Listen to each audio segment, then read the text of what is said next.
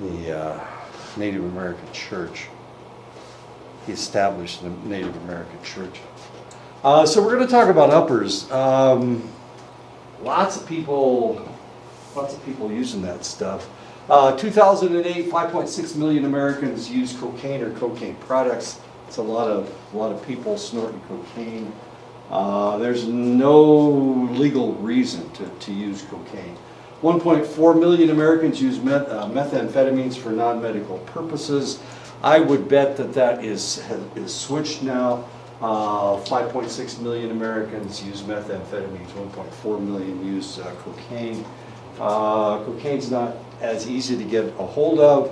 The cartels are starting to push heroin and opioids instead of and fentanyl. I mean, they're the ones that are bringing all this stuff into the country. Methamphetamines, they actually are bringing methamphetamines into the country, but according to security here, there's a methamphetamine lab someplace within 2.5 miles of this place. I'm guessing it has something to do with the lake, because every time I go past the lake, there's just a stream of traffic headed down there. I don't know what's down there that many people want to go to the lake. Come on. I mean, I've had to wait to get across the street. I can remember one time I was running my dogs, and 2 cars went down and one truck came up. And of course they're on that dirt road, so they don't care to slow down or stop or anything. 83 million Americans used tobacco products in 2008, and this is way down. Almost half of Americans, about 42 to 45% of Americans used tobacco in the 1950s. And as I said, most houses had ashtrays, and most ashtrays were pretty full. 166 million Americans drank coffee last year. Most of them drank daily. New Starbucks has opened up over down in Chinle. Yeah. I understand. I don't drink coffee. It's over by the hospital, evidently. I don't really go out there. Is there anything else out there except Starbucks and the hospital? Just a cafeteria, vending machines. That's about it. Yeah, so that's it. Americans averaged 56 gallons of soft drinks per person in 2008, most of them caffeinated, of course. I do drink Mountain Dew, Code Red. I'm a Code Red drinker. You didn't snitch it No. in? Okay. That one I left it alone. Okay. The apples, the almond joy, Oh, okay. and a little sip of your LaCroix. Oh, jeez, you can have all the LaCroix in the world. And if we look at this is 598 12-ounce cans. This is for every American. 598 12-ounce cans and 359 20-ounce bottles of pop that everybody's drinking. This is more than one a day. This is 2 a day. 2 cans of pop every day, which is kind of amazing. Or it's not that amazing. I mean, babies don't drink pop. Probably, I hope they don't anyway. Otherwise they'll have rotten teeth. Anyway, it's a lot of pop. 2008, 200 million people use betel nut. They brew it, they chew it, they brew it like coffee. You can see what it does to your teeth. It turns it black. It's actually red.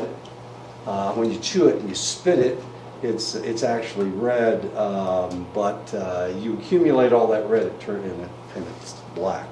And of course, if you go to Southeast Asia, if you go to Thailand, there's a lot of women with black teeth. If you go to Cambodia, Laos, you're going to run into people with black teeth.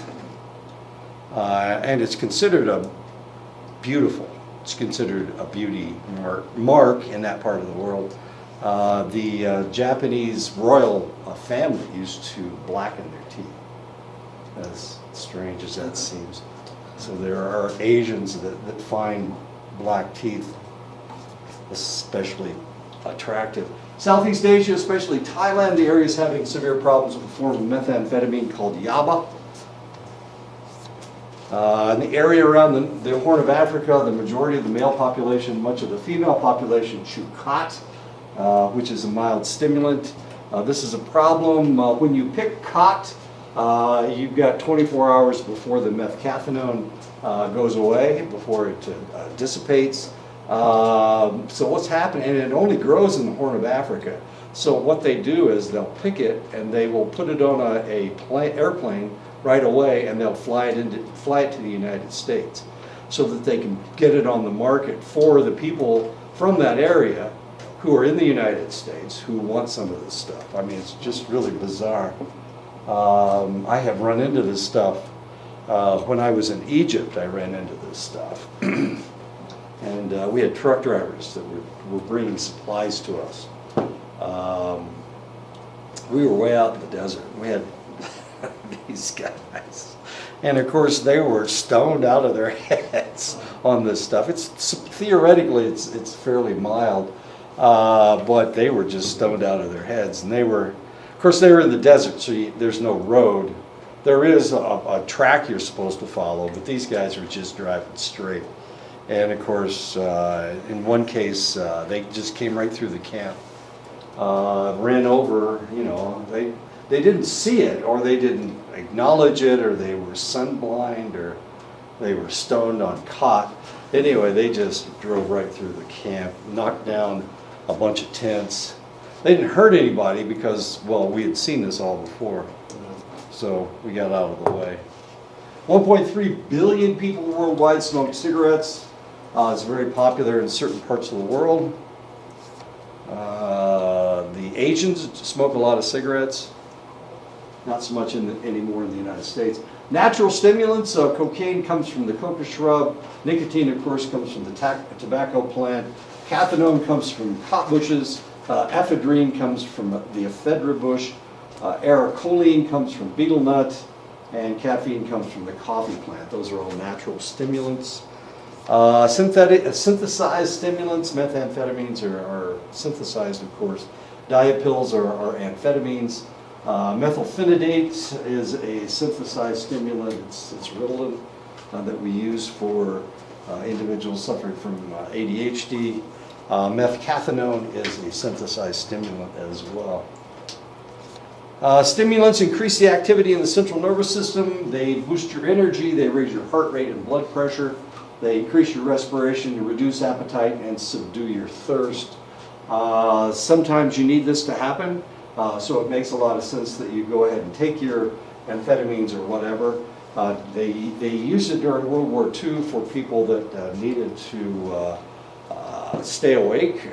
Pilots flying a long mission from England to Berlin and back again, they would give them stimulants.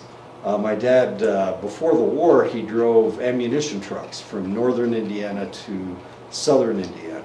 And of course it was a 2-lane highway, so they didn't have any 4-lane roads at that time. And it was he would drive a 24-hour shift. And at the 12-hour mark, they gave him amphetamines.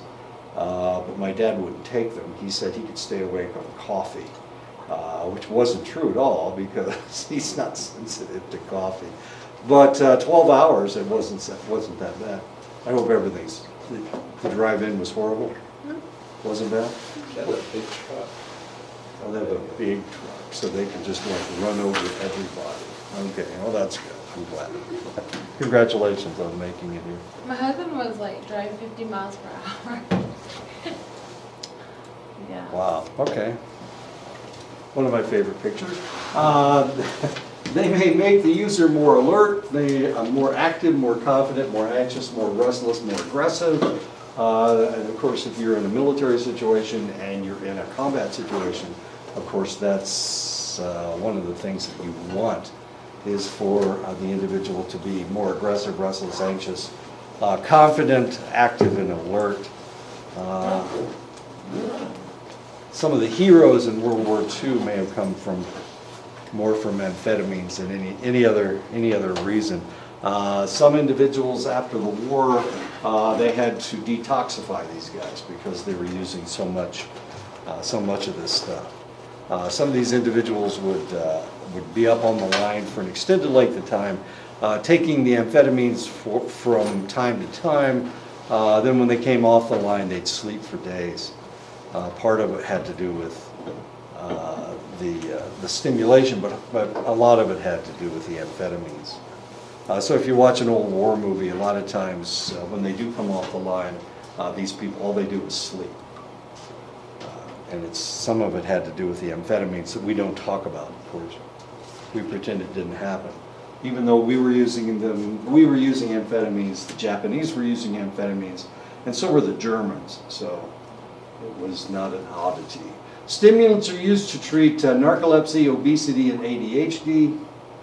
That person theoretically has narcolepsy.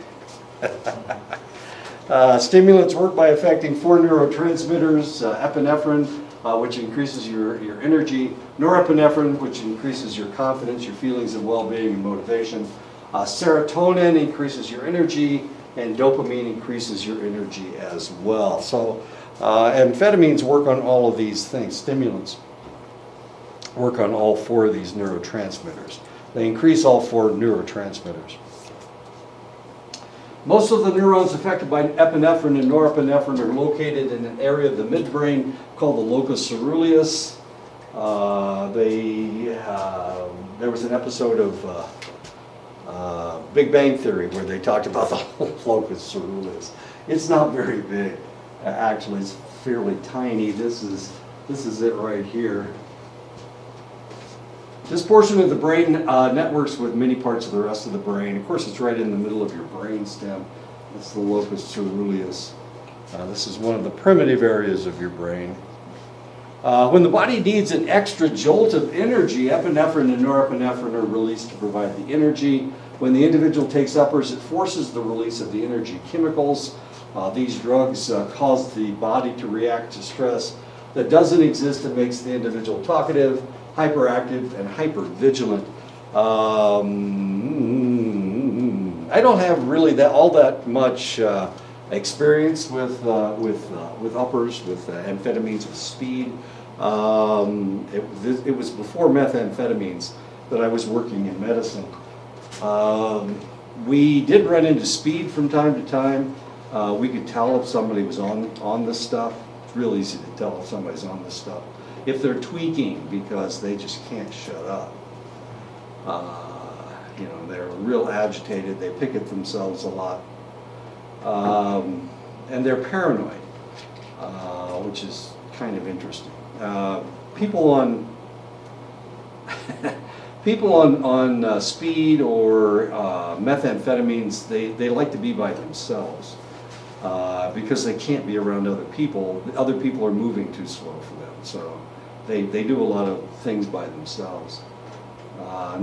They don't do things very well, but they do things by themselves, trying to get everything done. It's really kind of odd, and they are quite a bit paranoid, depending on who they are and how paranoid they are before. But like I said, they had just started smoking crack when I was in Omaha. This is in the late 80s, early 90s. So crack had just become popular. But we didn't run into it all that much. Wasn't that serious a situation. Of course, crack cocaine at the time wasn't illegal, as confusing as that is. Cocaine was, but not crack. We'd never seen it before. The stronger the stimulant, the longer it takes the body to recover. Large quantities over long periods of time deplete the body's energy stores and leaves the body without reserves. And this is, of course, was going on with those soldiers during World War II. And I don't want you to think that all the soldiers were using this stuff. Only select individuals were being given this. The Russian soldiers were given it. I just read a historical treatise on the Russians during World War II, and they were talking about this. And they used it, the Communist Party gave it to their, or allowed their people to take it until they became non-functional, and then they just shot them. So it's the Russians, what do you expect?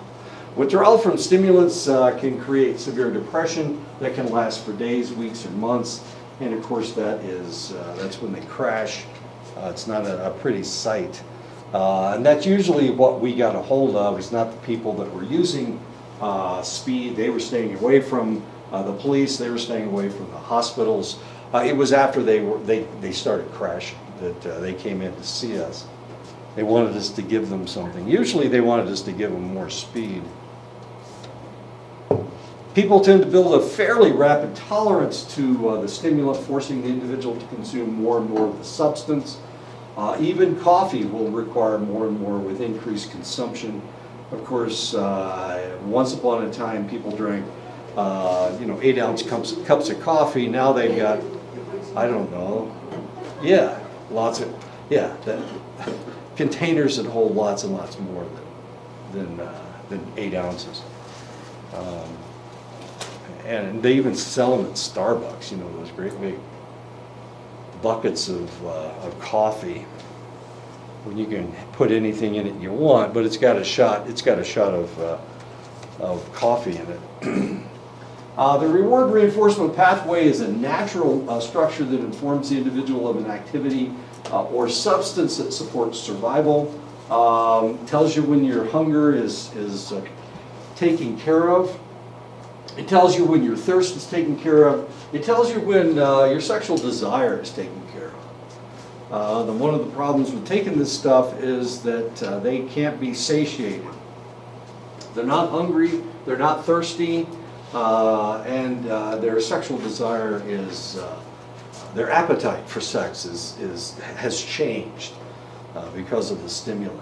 When a strong stimulant is used, it overstimulates the reward reinforcement pathway. The body doesn't respond to hunger, thirst, or sexual activity. The brain cannot be satisfied. And for this reason, some individuals, if they use amphetamines for an extended length of time, when they first use amphetamines, it's like an aphrodisiac. It causes them to want to have sex.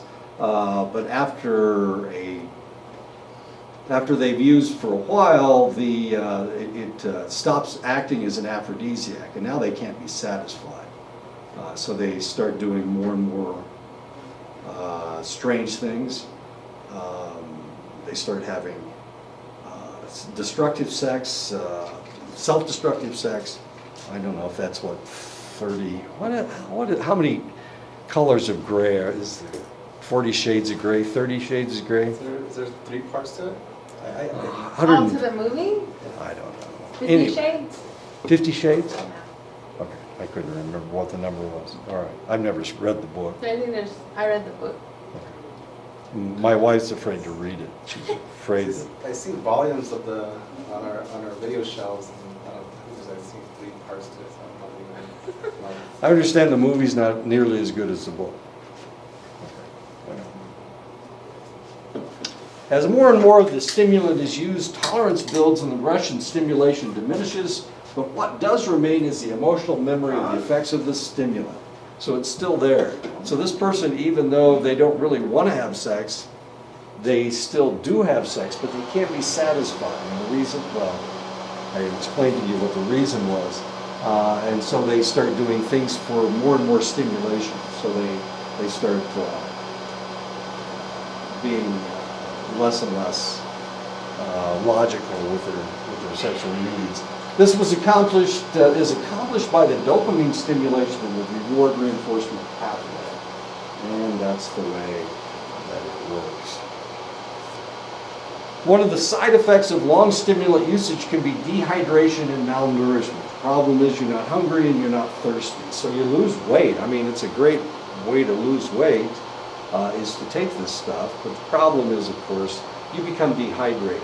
And one of the problems with dehydration is that your teeth, you start having dental problems. And a lot of people who use crystal meth, all their teeth fall out. They're malnourished, so their gums aren't healthy. They're not healthy. And they get skin lesions of one form or another. The other problem is, of course, they pick at themselves, and the reason they pick at themselves is because the hair follicles are sticking up, and that's too much stimulation. We'll talk about that in just a second. but they pick it themselves. And so a lot of times you see people with impetigo, you see people with herpes, a lot of different problems if they have, and of course they become immunocompromised as well. So it's just a really strange problem. This is a lady, this is 1995, what she looked like in 1995. As you can see, 2 years later, she's not that, she looks about the same. This is 5 months after, this picture was taken 5 months after that picture. She still looks okay, 97, 98, she still looks okay. This is 2 years later, she looks like she's aged a decade. And by the time, this is 2 years after this, this lady looks like she's aged, she's in her 40s or 50s, whereas she's only in her 20s. She's still only in her 20s, as ugly as that is. The hypothalamus regulates thirst and hunger, and of course that is one of the areas that's stimulated by the amphetamines. Stimulants fool this part of the brain to think that the individual is neither hungry nor thirsty, and this is one of the reasons that these individuals, that's one of the reasons that they're able to lose weight. This can lead to deficiency of vitamins and minerals as well as damage to the teeth, and of course one of the ways that you keep your teeth is by having healthy gums. Why do you have healthy gums? Gums because you're eating the proper, you're nourishing yourself properly with vitamins and minerals. Stimulants, including the weaker ones like nicotine and caffeine, induce vascular spasms and constrict blood flow to the organs and tissues. Even tobacco. Heavy smokers will have a pasty complexion due to the restricted blood flow. They look kind of blue. If they're white people, they look kind of blue. This restricted blood flow will slow tissue repair and the healing process. And of course, that's part of the problem with smoking, is that you're not repairing yourself. Chronic use of stimulants will weaken blood vessels, increasing the risk of stroke. And of course, that is always a problem with people that smoke too much tobacco. Now, you would think that you could tell people, well, you know, if you smoke tobacco, you're more likely to have lung cancer, emphysema, you're more likely to have a stroke. One of the things that I haven't mentioned is that tobacco, of course, makes your platelets sticky. And of course, if your platelets stick together, then you're more likely to have blood clots. As fascinating as all this is.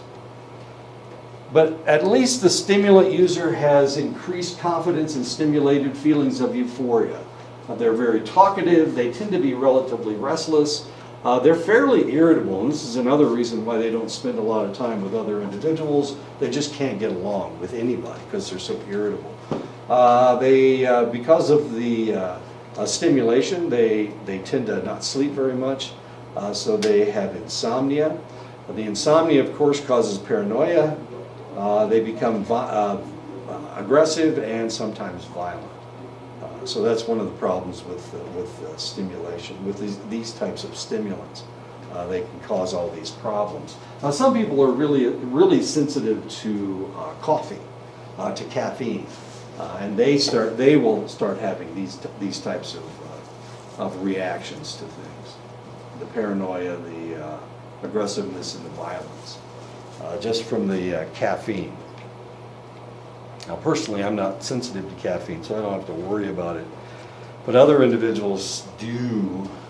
Prolonged use of doses of methamphetamine can lead to a clinical level of paranoia or kick the individual into psychosis. We know that that these types of stimulants can cause this problem. Marijuana does the same thing.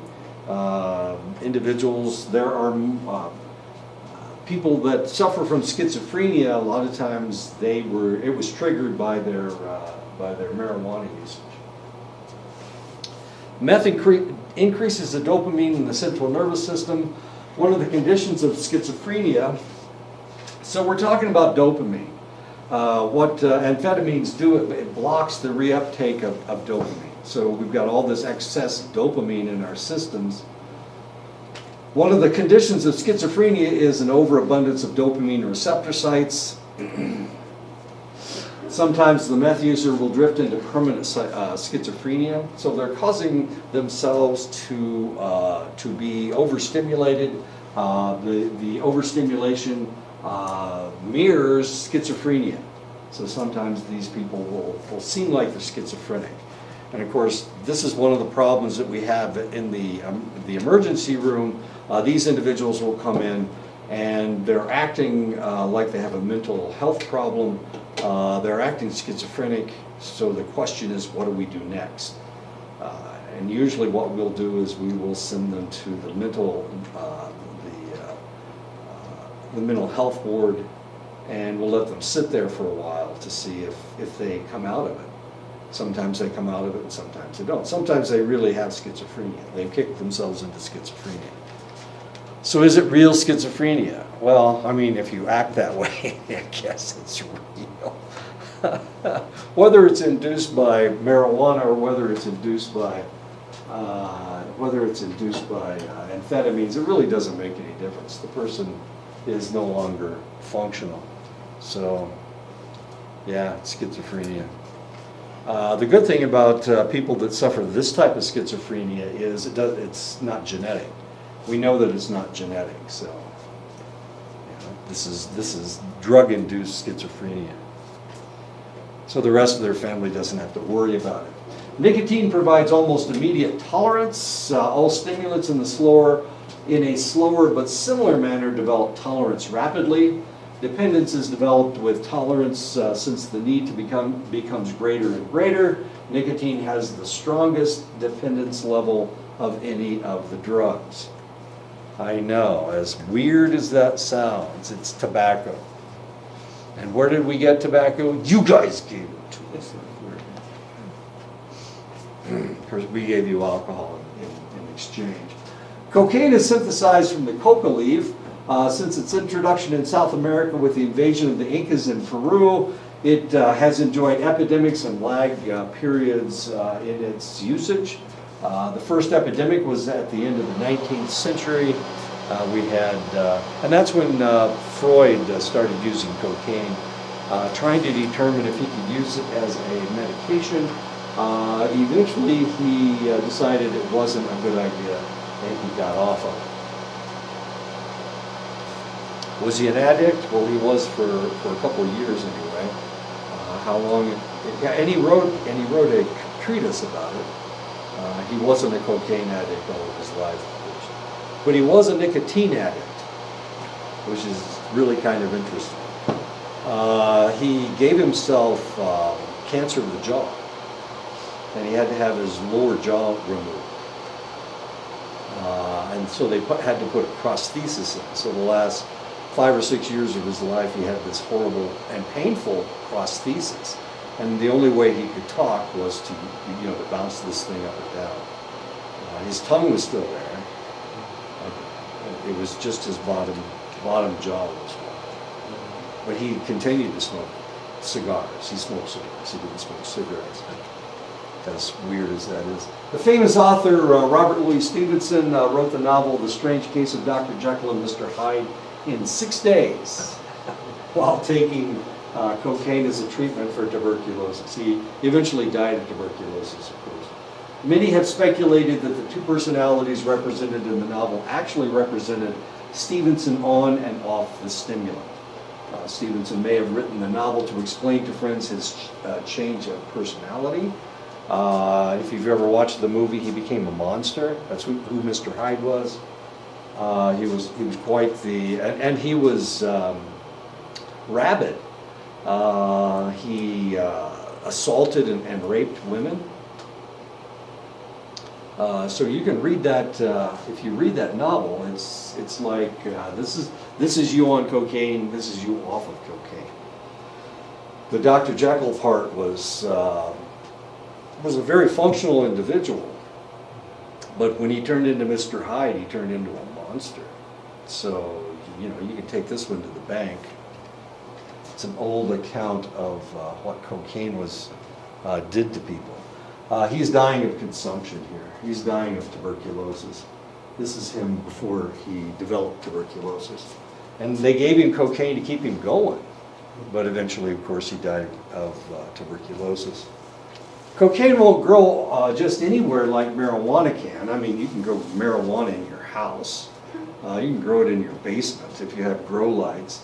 Cocaine only grows in certain places.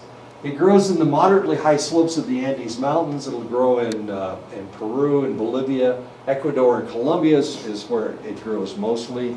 You can't, we couldn't bring it out here and grow it in the Chuscas. That wouldn't work. It's not the right climate. It gets too cold in the wintertime and too hot in the summertime. But if you go up into the Andes, and I've been in the Andes, I've been in the Andes in Peru. They're different from any place I've ever been. I mean, they're kind of like the Alps in Germany, but I mean, only a small section of them. I mean, and this is the whole mountain range is this way. One of the interesting things with global warming, if this is really taking place, don't ask your president. He'll tell you it's not. But one of the interesting things about global warming, this area may change. And they may not be able to grow cocaine anymore. And that may be one of the reasons why the cartels are moving away from cocaine, from pushing cocaine. Synthetic drugs. Yeah, they're starting to push heroin instead. It's not growing as well as it used to. Some of the islands of Java in Indonesia, because of the humidity, is adequate for growth.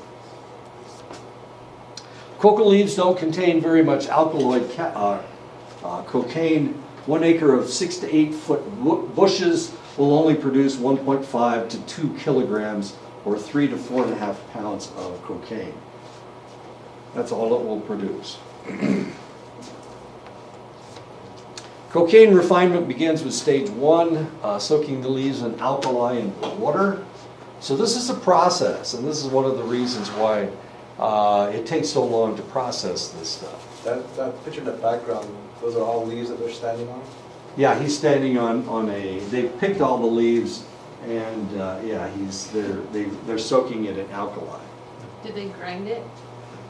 They walk on it. Ew. Well, they do the same thing with grapes.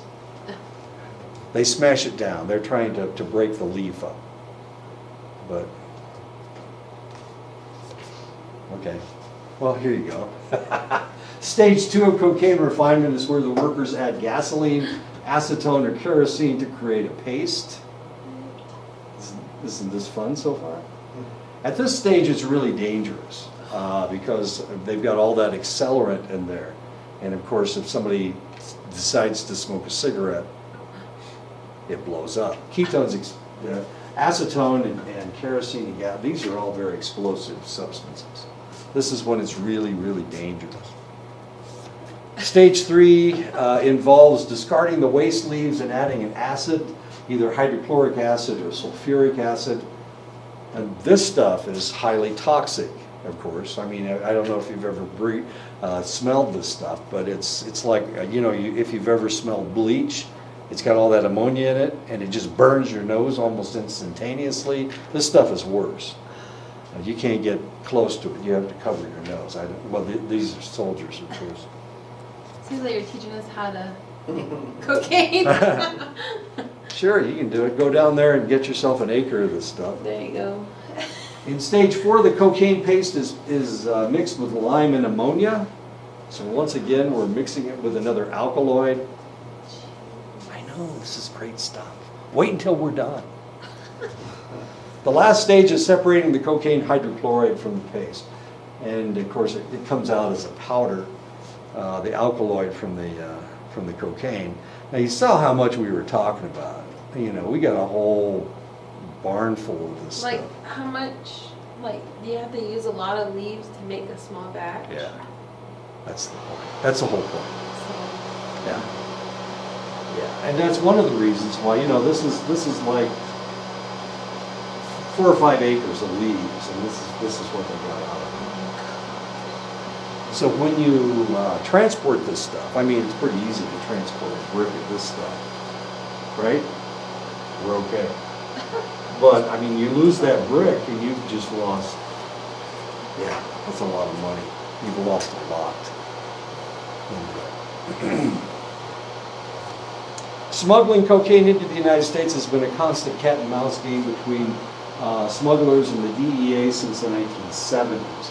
During the Reagan administration, a friend of the president's was killed by smugglers to steal his yacht, and since then the military has been used to stop mass shipments coming in by plane and shipped from South America. That's what the Coast Guard does. Yeah, I mean, actually, some of the actual cartels that are using, they're making their own homemade submarines. Yeah, that's what that is. It's a submarine. Yeah. As cool as that is. Can dogs smell cocaine? Oh yeah, Oh, okay. yeah, but they have to be trained. Yeah. Sniff it out. Yeah. Sure. Yeah, it's a homemade submarine for moving cocaine. As cool as that is. And then that's when I was in the Air Force. After I got out of the Air Force, I was teaching on an Air Force base, and it's like halfway through the semester, I lost half of my students because they went down to South America for drug interdiction. I know, it was terrible. These guys they were dropping them into the jungle, and they were burning these, they'd go in and they'd just blow the place up. Yeah, but see, this is highly explosive. Yeah, exactly. But they would, so they're very well protected by armies. So they're mashing it while the gasoline and they're using. They're soaking their it in feet, kerosene. They're going to make a paste of it. and they're using their feet with the gasoline. Yeah, they have to break up the leaves. That's what's going on here, and then they'll walk on it until they break up. They break up most of the leaves, and then they'll soak it in kerosene or gasoline or And they acetone. Step on it. Yeah, they're still walking around on it. They need to make this paste. They're trying to create a paste. Oh my gosh. Yeah. I have no idea why he's got that weed whacker. I guess he's mixing it. That's what he's doing. To create the paste. And they mix it with sulfuric acid. See, now you guys can make your own cocaine. We call it Code Red. Code Red. What a great name. Call it Bradway. There we go. And then you get, and Code then you Bradway. So this is a question, and this is a huge question right now, because Trump wants to build his wall. He wants to build a wall, and he says one of the reasons is to stop drug trade coming across the border. He says people are smuggling it where there is no wall.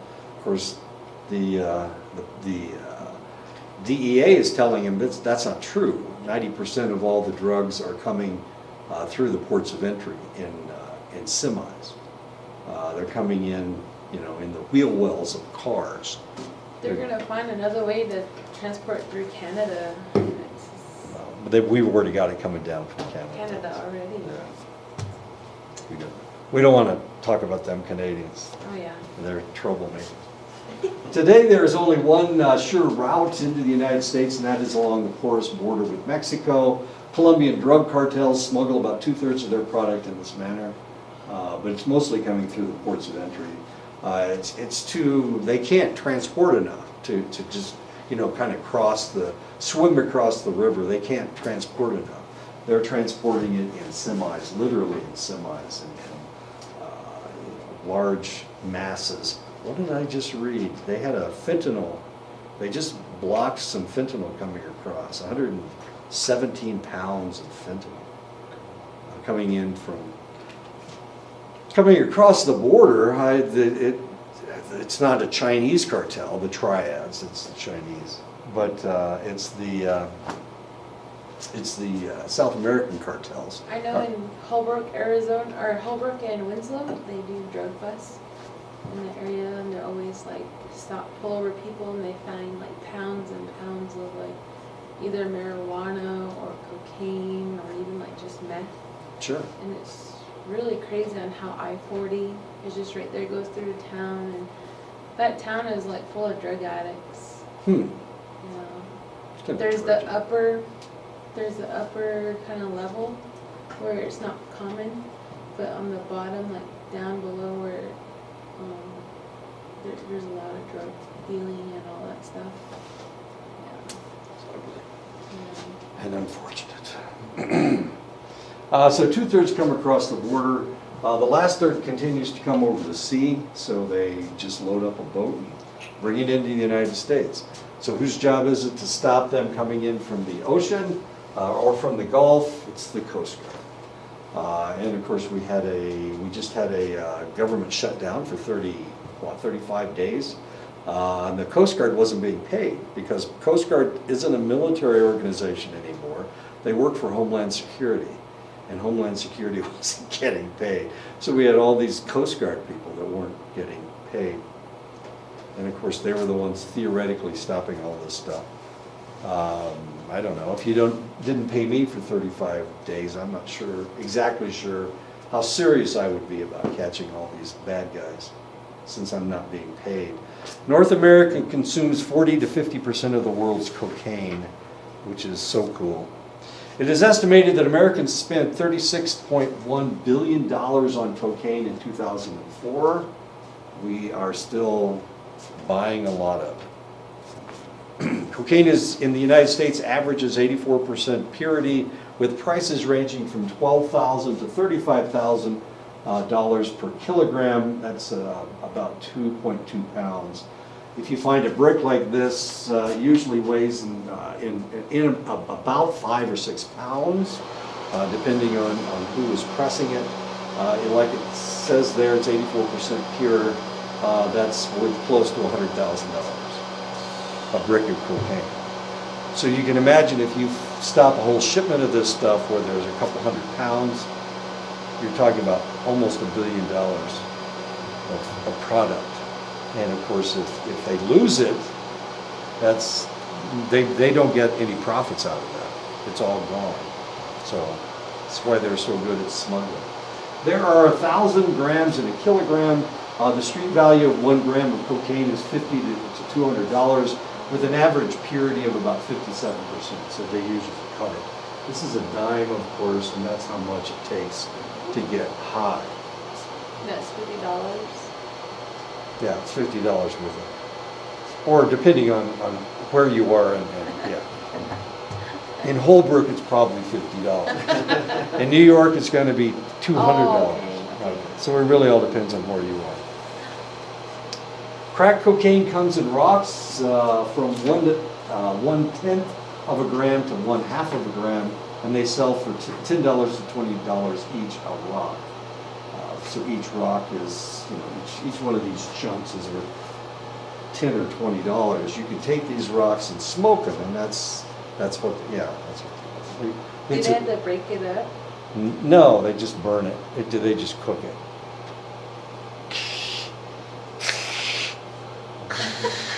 Oh my God.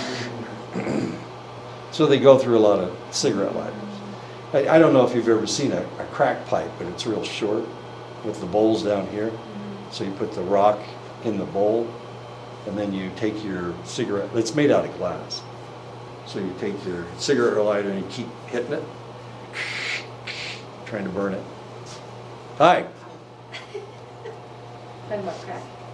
Hardcore cocaine users will spend an average of $186 per week on cocaine. Cocaine is actually cheaper than it ever has been. It is estimated that there are probably over 3 million hardcore cocaine users in the United States. This is a big deal with rich people. This is Billy Mays. He used to be a spokesman on television. He's quite the loud fellow. He died of cocaine overdose, which is, they didn't think that was possible. But he used to sell OxyClean. Really? He died? He's dead. Not in this picture, of course. Oh, when did he die? Oh, about 10 years ago. Really? Yeah. You haven't seen him on television lately. He was in his 40s. Yeah, it's cocaine. As cool as that is. Gee. He'd be dead. That's like $9,000 a year. They spend about $10,000 a year. Sure. spending on cocaine? Because he's at 186. If you make $1 million a year, or if you're one of the big bang people, you make $1 million an episode, and they make 24 episodes a year. Well, not quite $1 million. And of course, this is the last season. We have 9 more episodes to go. When the Spanish first arrived in South America, they found many people in the Andes Mountains chewing coca leaves. Most Incan users actually mixed the juice with lime from ground shell or ash to accelerate the introduction of the alkaloid into the brain. Introduction occurs in 3 to 5 minutes. Of course, I was in the Andes. We went there on a Fulbright trip to Peru. When we landed in Cusco, Cusco is you have to go through Cusco to get to Machu Picchu. When we landed in Cusco, they were hawking bags of coca leaves, and of course we had this one weird guy on our trip, and he bought one right away, and he put it in his mouth, and he waited for to get stimulated, but it didn't work. It didn't work because he also needed The line. Yeah, he needed the lime. So you can put baking soda. You can use baking soda, and that would work. While we were there, we were told, geez, you're so high that you're going to need the cocaine in order to keep from getting sickness. You'll pass out because you don't have enough energy. I mean, we were up like 7,500 feet. Well, I'm up 7,500 feet right now. But of course, we came from the sea level. We came from Lima, which is on the ocean. So we went up from 0 sea level to 7,500 feet, almost, in one trip. So there were a lot of people that they couldn't handle it. They were just so tired and they couldn't get enough oxygen. So they had to go and take a nap, and they were just so tired. And they said, well, you need to use cocaine, or not cocaine. You need to chew coca leaves or drink coca tea in order to get stimulated so that you can walk around. Otherwise, you're not going to be able to function at this elevation. Elevation sickness is what they call it. But there were 2 of us, and we wouldn't use anything. I didn't use anything, and this other guy said, I'm not going to do that. I feel fine. I have no problem. So we walked around town, and we had a great time. And everybody else was sleeping, and they tried drinking the coca tea. It didn't do anything to them. They were just old, lazy people. I was the second oldest guy on the trip, and I had no problems at all. We went up 10,000 feet. Machu Picchu is actually at about 5,000 feet. It's about the same level as Denver. But right now we're at 7,500 feet. And they told us we needed coca leaves in order to survive in that kind of environment. And it seemed like a challenge to the 2 of us, and we said we're not going to do it. So the rest of them drank coca tea, and they tried to smuggle it back to the States, Stupid. Anyway. The conquistadores encouraged use of coca to increase the productivity of their Quichua workers. Of course, that's the language of the indigenous people in that area. This Quichua, the language. In 1859, Albert Newman isolated the active ingredient in coca leaves, cocaine hydrochloride. He isolated this substance. This substance was 200 times more powerful by weight than coca leaves. So coca leaves they're not that strong. There's not much stimulation or stimulant in there. The drug was first used as an anesthetic and a medicine to treat depression, tuberculosis, gastric disorder, and asthma. Let's see what time it is. Okay. Cocaine wine was popular in France and Italy in the late 1860s. This ushered in the first modern cocaine epidemic, as 2 glasses of wine delivered the same amount of cocaine as a line of coke. It took, Crazy. it took 15 to 30 minutes for the cocaine to take effect after ingesting it in this manner. And of course, they used it as an aphrodisiac. So they would feed it to women, hoping that, of course, they'd get lucky. Not the women. The women got unlucky. It's the men that got lucky. So they'd hit them with this cocaine wine. Awarded 10 golden medals. Of course. By the 1880s, patented medicine and drinks began to appear laced with cocaine, opium, morphine, heroin, cannabis, and alcohol. None of these were illegal at the time. Since no one really understood addiction or the real power of the supplements and their tonics, many people became addicted, especially women, because women were taking these tonics so that they could clean the house, so that they could do the wash. And of course, at this time, there were no washing machines, so you had to do all the washing by hand. And you had certain days that you did the wash. You did it on Mondays, or you did it on Tuesdays. How you did it was you would take the clothes, and you would have a big cauldron outside, and you'd boil this stuff, and you'd pull the thing out, and you'd wring it out. Of course, you put soap in there, and you'd stir it around, and that's how you cleaned your clothes. Then you had to take it out, you had to wring it out, and you had to rinse it in clear water, and then you had to wring it out again, and then you had to hang it on the line.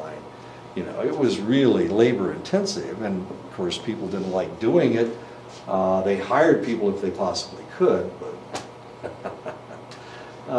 so they would need to take this tonic in order to have the energy to be able to do this kind of stuff.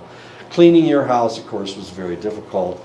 You'd have to your white clothes. You'd have to put bluing in there in order to keep them white. As strange as that sounds, I mean, you had to do all this stuff. You had to there were starches that you put in your clothes to make them stiffer, and of course that's an extra cauldron that you're boiling. You know, you have to wash them, and you have soap in it. Then you'd have to rinse the clothes. Then you'd have to take the rinsed clothes and put them in the starch, and you'd have to boil that, and then you'd have to take them out and wring them out again. And of course, this is eating your hands up at the same time. So it was a really rough life for women. People began introducing cocaine into their systems in new ways. Injecting intravenously introduces the drug into the system in about 30 seconds. Snorting cocaine introduces a substance into the blood in 2 to 5 minutes. Snorting more cocaine is counterproductive. I thought that was me. Snorting more cocaine is counterproductive as the drug is a vasoconstrictor.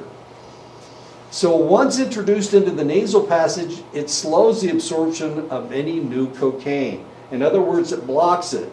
So if you snort a line of cocaine, the blood vessels in your nose are going to close up. So if you snort another line of cocaine, all you're doing is wasting a line of cocaine, in essence, because it won't get into your system. And this is one of the reasons why you can't really overdose on cocaine. As the cocaine wears off, the nasal passage opens back up, causing a runny and sniffling nose. If you've ever been around somebody snorting cocaine, as long as they're snorting cocaine, everything's fine. But as soon as the stuff wears off, the blood vessels open up again. Sometimes they'll have a bloody nose. Sometimes they have this copious runny nose. I mean, it's that, and they have to dab their nose all the time because of all the stimulation. Not only that, but they have overstimulated their nasal passages with a toxin, and their nasal passage is going to try to protect itself. And how does a nasal passage protect itself? By running, of course. Yeah. Mucosal and contact, another way is mucosal and contact absorption. That's sticking it up your nose. You can stick it other places, but most people don't.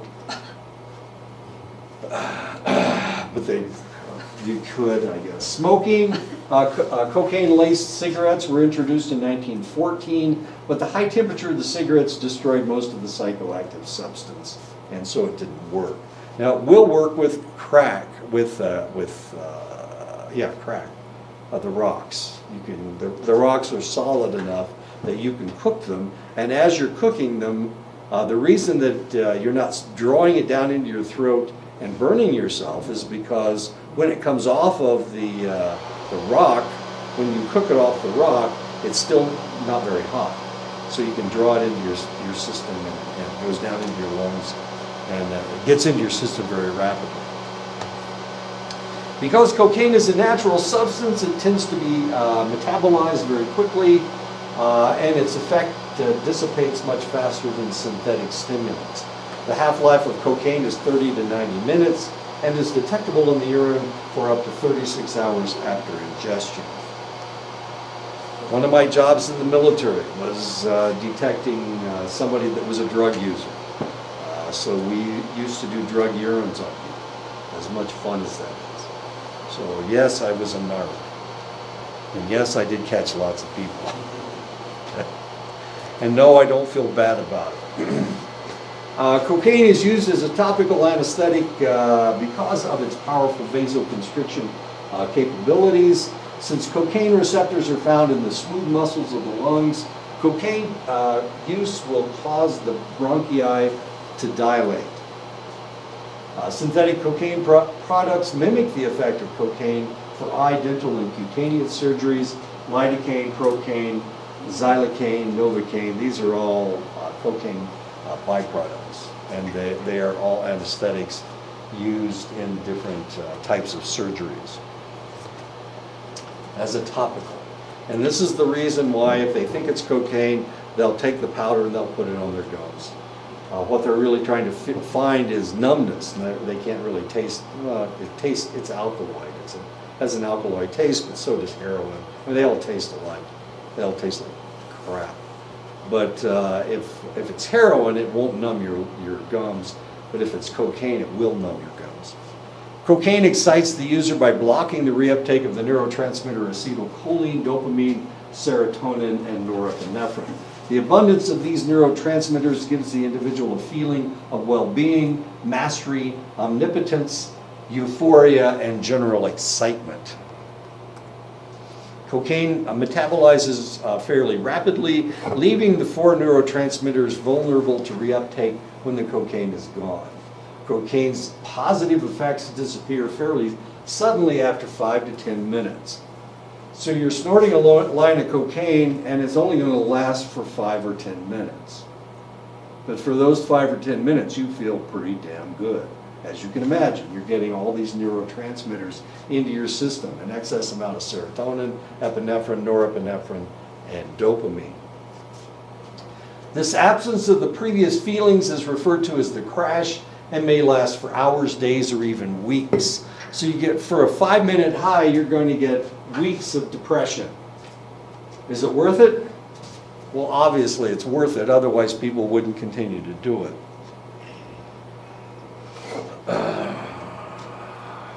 So why did Billy Mays overdose? How in the world did he ever overdose? He was speedballing. Speedball is where you mix heroin and cocaine. So you're getting two opposite reactions, but they don't oppose one another. They add to one another. I know. Okay, so the heroin slows you down and the cocaine speeds you up. But it does it at the same time. So it's hard? Yeah, they usually have a heart attack. There was a documentary about, I think it was Shiprock, in some of the places where methamphetamine was used. And they noticed that like most of the border towns begin to supply their alcohol much more than usual because they would be using meth, and it keeps them up to where they drink so much alcohol, and the meth drops down, the alcohol takes over. So Farmington and Shiprock, huh?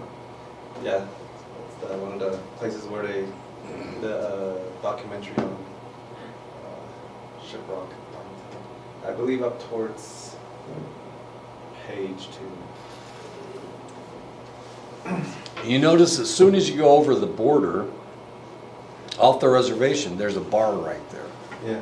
on the way going to Gallup. Yeah, Just Shea as soon. Fresh. It's a, There's another one that they had I think the documentary was, when it was being made, it was being investigated. It was called Sanders, that area. And that one had like a big old, if you watch Walking Tall, old version, it's pretty close to like it. oh, is that right? Walking Tall. I'll have to Yeah, watch that there's movie. like, you said between, have you been there, Sanders? The I-40, and then there's Ganado, and then there's a road that goes toward I-40. That road, it takes you through, so Ganado, Clagato, Sanders, is it Chambers or Sanders? I don't know, it just goes through these little, like, chapter houses or whatever, like, and it's a highway. And there's I-40, and then there's like a liquor store before the res line.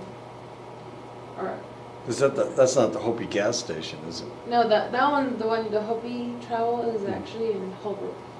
So Oh, it's okay. Holbrook, and then you go, I don't know, it's like maybe an hour, hour toward Gallup from Holbrook. You can look at it on the maps too. It's Okay. like a Ganado, and then there's a road that connects to I-40. And there's like a little shack that sells alcohol there. And Sanders and Clagato is like, that's where a lot of people drink and die. My mom used to date a guy from there, and he was a really bad alcoholic. Or good? The whole family were all alcoholics, and it was just like, every time we go there, I would have to take care of them, and it was just ugly. And I used to just hate it. Yeah. Doesn't sound like a lot of fun. Ah, sorry about that. Alright. Sorry. It's okay. It's a learning experience. Well, you don't, this isn't something, it's not like going to college and getting a degree. It kind of is. I think I was like in high school, my freshman to, I think she left him, and I became, right before I became a junior in high school. Cocaine overstimulates the release of dopamine. If this occurs over time, it triggers the fright center in the brain, causing paranoia. Now you understand what's going on here. Cocaine also overstimulates the release of epinephrine and norepinephrine. If this occurs over time, the individual may suffer from lethargy, low blood pressure, and anhedonia, the inability to feel pleasure. And this is one of the problems with snorting cocaine, is eventually you get to the point where nothing is any fun anymore. Anhedonia. You can't get pleasure. The anhedonia, of course, we were talking about it being an aphrodisiac. If you snort too much cocaine, you can't find pleasure in sex. You desire it, but you don't get anything out of it. Cocaine causes the overstimulation of serotonin, which not only makes the individual happy, but increases sexual activity as well. If this continues to happen over time, the individual may suffer from insomnia, agitation, and severe emotional depression. Cocaine blocks the metabolism of acetylcholine, increasing alertness, memory, and aggression. And this is the reason that tobacco works on individuals. It increases the acetylcholine, making it more likely that you will, it makes you more alert. It actually increases your memory, but it also increases your aggression at the same time. If overstimulation occurs over time, the person may suffer from tremors, memory lapses, mental confusion, and possibly hallucinations, and that is a problem. Some people actually use cocaine as an aphrodisiac, since at low doses it enhances sexual desire and prolongs ejaculation. However, in some cases it causes spontaneous ejaculation. Whoops. So now we messed up. In higher doses and with chronic use, cocaine may cause erectile dysfunction and disinterest in sex. Lack of sexual need may lead to high-risk sexual behavior and unusual sexual practices, since sexual need no longer exists for this individual. They just do it. They just feel like they have to do it. So they become sadistic in their sexual practices, like 50 Shades of Grey. Have you ever had what was it, a patient like that. Like this? Mhm. Oh, Or yeah. like a client that was addicted to cocaine. Yeah. It's not a lot of fun. Would they always say like they don't feel pleasure? Like, Can't feel pleasure. Can't. It's gone. And pleasure's in your brain. It's serotonin. It's epinephrine. And this guy has overstimulated himself to the point that he doesn't have that anymore. So he can't feel pleasure anymore. so how would he reverse? Or how? Well, slowly this stuff goes away. You know, you get your upregulation and downregulation. With this individual, he has to stay off the stuff for an extended length of time. Now, you remember cocaine was very popular in Hollywood, and it still is relatively popular in Hollywood. But you had a lot of people back in the 80s, 70s and 80s who were snorting just buckets of that stuff. These individuals, eventually they had to come off of it. They just couldn't function. Robin Williams was one of them. You know, he was crazy. I mean, he did nutty stuff, and that was part of his shtick. But eventually he came off of it, and then he became a serious actor because, well, I don't know. He was good at talking, but he had to come off of it because he wasn't feeling pleasure anymore. He didn't get anything out of anything, and that's the problem with cocaine. It takes all pleasure away from you. In the beginning, everything is interesting, and everything's fun, and everything is stimulating. But eventually, you get to the point where you've snorted so much cocaine, nothing is fun. Everything is boring, and you start becoming sadistic. So the person that you loved before, who you enjoyed having sex with, all of a sudden you have no feelings for them. I mean, that's what love is. I mean, it's a feeling that you have. You want to be with this person. Well, you still have that feeling that you want to be with them, but you can't get any pleasure out of being with them. So, you know, it's just not, it's stupid. It just doesn't make a lot of sense. For cocaine users who are prone to violence, cocaine makes them more aggressive and violent because inhibitory functions are suppressed in the cingulate gyrus and the temporal lobes. Emotional triggers are overstimulated in the amygdala. The fright center is hyperactivated in the limbic system, so they're very paranoid. And you have to be really careful when you're around these people. If you're around a tweaker, you need to be real careful about this guy, because their amygdala is stimulated, and so is their limbic system. So they're paranoid, and they're hyper emotional. So they'll react to nothing, and they'll become very violent. And of course, since they're stoned out of their gourd, it's not like you could punch them in the face and stop them. Yeah, that's not going to stop. Pain's not going to stop them. They probably won't even feel it. It's almost like they're on PCP. So you have to be really careful around these people. They'll kill you. They'll beat you to death. They'll beat you to death with a broken hand because they don't feel it. They're not feeling anything. They'll beat you to death with the stub of their arm. Their hands all broken up, and they'll just keep hitting you with whatever they've got. It's just horrible. When cocaine is combined with alcohol, the result is a substance called cocaethylene, which causes an increased agitation, euphoria, and violence. In one study of domestic violence, all the perpetrators had used alcohol on the day of the violence, and 67% had used cocaine with the alcohol. Cocaethylene is also more likely to induce heart conduction anomalies that may lead to heart attack. This substance has a half-life 3 times that of cocaine, and therefore can cause prolonged high blood pressure. And these individuals a lot of times kill themselves with the mixing of these two substances. This is not pretty, because all of those things I was telling you before, all this is still taking place. Remember, these people can become sadistic if they snort enough cocaine. And this is usually what happens with The rappers, the Hollywood people, a lot of these individuals are arrested for assault or sexual assault.